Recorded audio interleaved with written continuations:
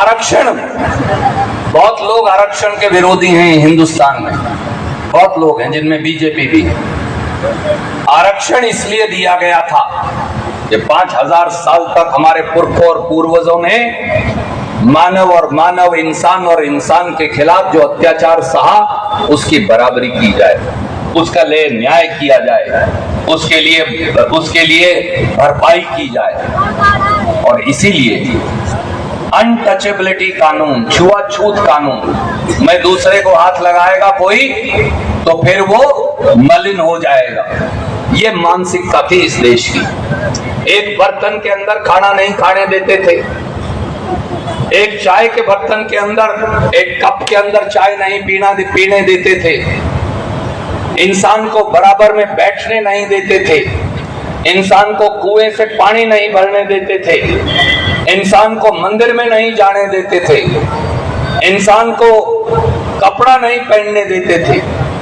अजब अजीब अजीब तरह के भेदभाव हमारे समाज के अंदर थे। वो सारे भेदभाव पंडित जवाहरलाल नेहरू, बाबा साहब अम्बेडकर और आजादी के परवानों ने भारत के संविधान से खत्म कर दिया। और वो संविधान आज भी हमारे वाल्मीकि समाज को, हमारे रविदासिया, ऐसी धानक, ऐसी समाज को आज भी बराबरी का दर्जा देता है। पर देश की आजादी के 75 साल के बाद भी पूरा भेदभाव खत्म नहीं हुआ। 75 साल देश की आजादी के बाद भी बराबरी का दर्जा पैदा अभी भी नहीं हुआ है। और ऐसे लोग सत्ता में आ गए 2014 में, दिल्ली में भी, हरियाणा में भी, जो भारत के उस संविधान को, जो गरीब को बराबरी का अधिकार देता है, वो उसको खत्म करना चाहते हैं, नष्ट करना चाहते हैं। मेरा खून बलबलाता है, मुझे नहीं पता आपका खून बलबलाता है या नहीं, जब हर बार बीजेपी का कोई नेता कहता है 400 सीट दे दीजिए, संविधान को तोड़ेंगे। ये संविधान को नहीं तोड़ रहे, ये आपके बच्चों के भविष्य को नष्ट करने की साजिश कर रहे हैं। जब तक भारतीय राष्ट्रीय कांग्रेस जिंदा है, जब तक कांग्रेस का एक झंडा भी देश में जिंदा है, जब तक एक भी कांग्रेस का झंडा लहराता है, जब तक एक भी रणदीप और आदित्य सुरजेवाला जैसा व्यक्ति जिंदा है, खून का एक कतरा उनकी रग में है, संविधान नहीं कोई तोड़ सकता। ये गलत फहमी छोड़कर चले जाएंगे इस दुनिया से। ये जीवन की यात्रा सबकी पूरी होनी, और भारत का संविधान मेरे जीवन की यात्रा के बाद भी जिंदा रहेगा।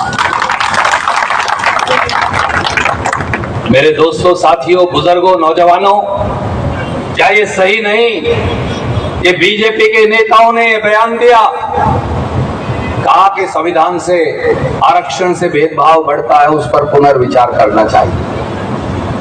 वाजपेयी जी के समय में भी इन्होंने एडवाणी जी के नेतृत्व में संविधान पर सुशील जी पुनर्विचार की कमेटी बनाई थी।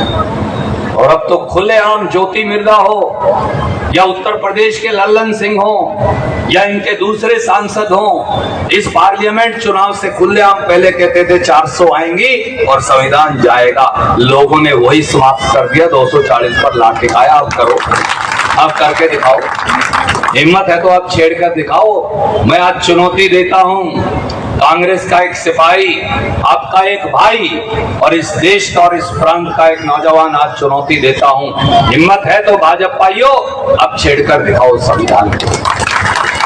क्योंकि पहली वोट राहुल गांधी की पड़ेगी उसके खिलाफ, और दूसरी रणदीप सिंह सुरजेवाला की पड़ेगी और उसे खारिज कर देगी। आरक्षण और संविधान को खत्म करने में लगे। वो चोर दरवाजा क्या है साथियों? वो चोर दरवाजा है सरकारी पद ही ना भरना। पहला चोर दरवाजा ये है।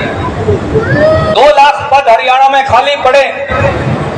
कल माननीय अमित शाह जी आए, बोले 5 लाख नौकरियां और देंगे। भाई 10 साल में पिछली तो भरी, क्यों झूठ बोल रहे? काम करने पिछली तो भरी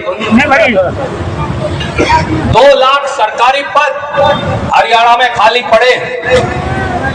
मैं हरियाणा का एक बेटा आज पूछता हूं भाजपा के लोगों से, लीलाराम और नवीन जिंदल से, दोनों से, बताइए, नायब सिंह सैनी जी से, बताइए, मैं पूछता हूं मनोहर लाल खट्टर जी से, बताइए, जवाब दीजिए, आपने 2 लाख पद 10 साल से क्यों नहीं बता? कहां से मिलेगा? संविधान के मायने क्या बच जाए? 30 लाख पद, 30 लाख पद भारत सरकार में खाली पड़े हैं। अमित शाह जी हरियाणा को उपदेश देने से पहले वो 30 लाख पद भरो, क्योंकि 15 लाख गरीबों के पद हैं उसमें, एससी समाज के और बीसी समाज के। एक सवाल पूछवाया मैंने, देश की संसद में आज लेकर आया और आज ये रहस्य उद्घाटन करूंगा। उसके बाद तो जवाब नहीं दिया, और उस दिन दिया था। 2 दिसंबर 2021 को मैंने देश की संसद में हमारे एक सांसद साथी से सवाल पूछवाया, बताओ बैकलॉग के कितने पद भरे? आपको पता है जो एससी समाज का पद भरा नहीं जाता वो बैकलॉग में चला जाता है, बीसी समाज का पद भरा नहीं जाता वो बैकलॉग में चला जाता है। बताओ बैकलॉग में कितने? उसके बाद जवाब नहीं दिया आज तक, पर आखिरी बार लिखित संसद के पटल पर दिया है। ये कहा इन्होंने कि 8,72,243 पद बैकलॉग के खाली पड़े भारत सरकार। आज के दिन उनकी संख्या 15 लाख है। तो 15 लाख वैसे और 15 लाख और 30 लाख एससी और बीसी के पद बगैर भरे हुए भारत सरकार में पड़े, जो यहाँ के भाषण देते हैं हमें कि हम एससी समाज का भला करेंगे। पहले अपनी नौकरी तो कर दो हमारी, फिर भला करियो हमारा। यहाँ आके उपकार करते हैं हमारे ऊपर। और इतना ही नहीं, 12 अप्रैल 2017 को बीजेपी की सरकार ने एक चिट्ठी निकाल दी, ये शायद नौजवानों को पता होगा।